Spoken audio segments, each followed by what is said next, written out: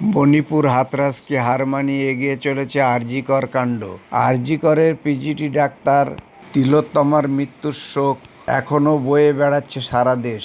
ডাক্তাররা আন্দোলন করছে, সাধারণ মানুষও আন্দোলনে নেমেছে। পুলিশের পক্ষ থেকে এখনো পর্যন্ত কোনো সদুত্তর নেই। হাইকোর্টের পর্যবেক্ষণ চলছে। পরিস্থিতি অত্যন্ত ঘোলা দেখে সুপ্রিম কোর্ট স্বেচ্ছায় এই বিচারে হস্তক্ষেপ করেছে।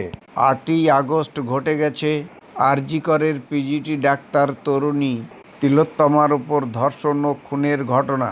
তবে সিবিআই তদন্তের উপর হতাশা ব্যক্ত করেছেন নির্যাতিতার মা। তাঁর বক্তব্য, 3 দিন ধরে আরজি করের প্রাক্তন অধ্যক্ষ সন্দীপ ঘোষের জেরা করছে সিবিআই, তদন্ত করছে কলকাতা পুলিশ।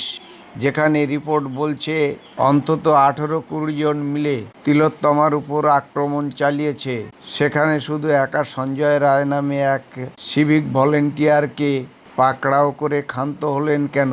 সন্দীপ ঘোষকে এখনও গ্রেপ্তার করা হয়নি কেন? সিবিআই তাঁর কাছ থেকে কি জানতে চাইছে না চাইছে সে তো কিছুই বুঝতে পারছি না। সন্দীপ ঘোষকে কেউ বার্তা পাঠিয়েছিল কিনা, কিংবা সন্দীপ ঘোষ কাউকে বার্তা পাঠিয়েছিলেন কিনা সে সম্পর্কে কোনো তথ্য সামনে আসছে না।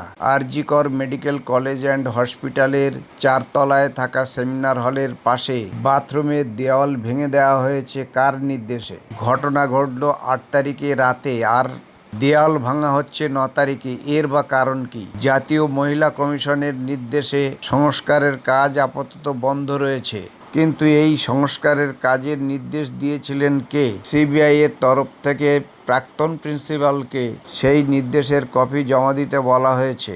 আরজি কর মেডিকেল কলেজের ভূমিকায় প্রশ্নের মুখে পড়েছেন প্রাক্তন অধ্যক্ষ সন্দীপ ঘোষ।